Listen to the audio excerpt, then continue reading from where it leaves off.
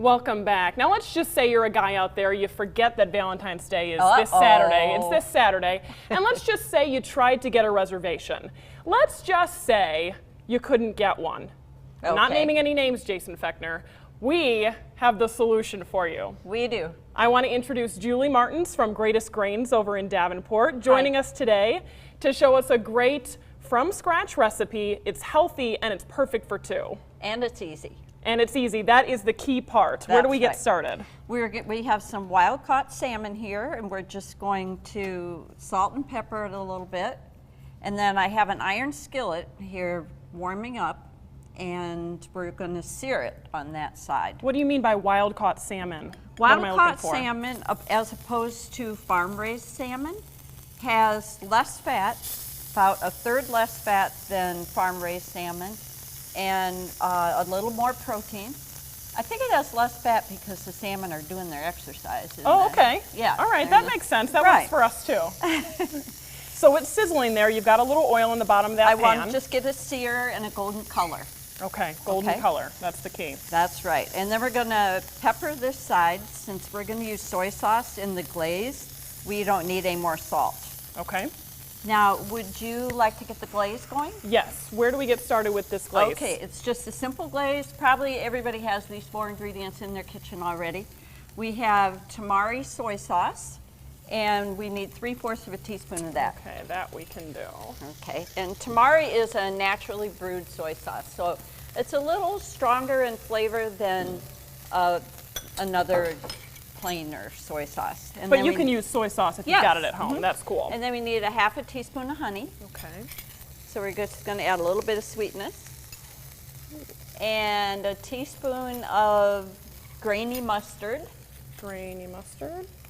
So you could use any mustard, really, but grainy mustard works well in this recipe. Okay. And then a teaspoon of extra virgin olive oil. You're doing a great job, really. I think these are all things that I've got in my kitchen at home, so that helps that you don't have to go shopping and look for all these things. Right. Now just whisk it together a little bit. And we're going to sear this other side. While we're doing that, want to talk about the broccoli? Yes, the broccoli. So this is a couple of cups of broccoli, fresh broccoli, and I've cut it into small flowers because we want it to cook in the same amount of time as the salmon is going to cook. Okay, so fewer pans the better. That means less dishes That's to right, wash, and right? actually the iron skillet is going to go straight in the oven. Oh, perfect. So, yep, no fuss, no muss. Because a guy's not going to want to clean up the kitchen, let's get real. Now with the broccoli, we just want to do another teaspoon of olive oil. Okay. And a little bit of salt and pepper.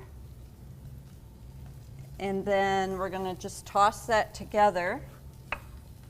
I'm getting anxious about my glaze here, All right, Julie. just a minute. We're about ready.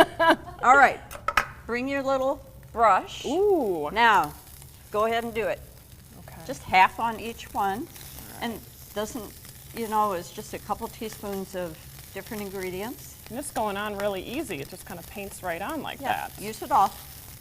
And you can tell it's really starting to smell very, very good in here. And how do I know that my salmon's not going to burn? What do I need to look for? Well, dark. Do I need to look for like flames or like flames, a little smoke? Listen for the smoke detector. I think I need more of this, huh? Yeah, use it all. Okay. Just on this one side like that? Yep. We're not going to flip it again. Okay. And then, all right. Can you grab the broccoli? Yes. Broccoli is just about ready to go in. And I'm just going to kind of toss that so everything gets coated with oil. And now when you're roasting vegetables, you want it all to touch the pan. Okay. So I'm glad you grabbed for the tongs because I was about to use it with just my hands, and then I'd be thrown out of this kitchen. You'd be all greasy. So is this something that you would make in the deli there at Greatest Grains? Yes, this would be maybe something we might serve at our hot lunch that we do every day.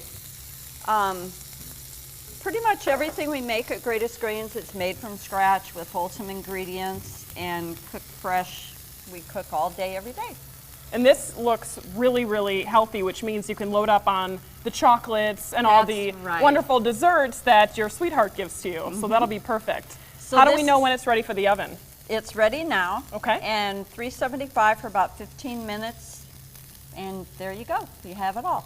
375 for 15 minutes, and the broccoli will just kind of steam up around it. Is that what we It's going want? to steam up around it, and I really like it when the edges get a little crunchy. Okay. Yeah.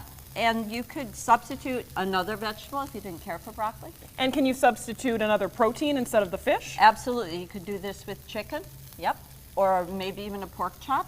You might have to give those a little bit longer time in the oven. All right. Well, this is a simple and easy recipe, and we'll have this information posted on our website so you can give it a try. Julie's going to pop this into the oven, and so we're going to check back with her in just a little while.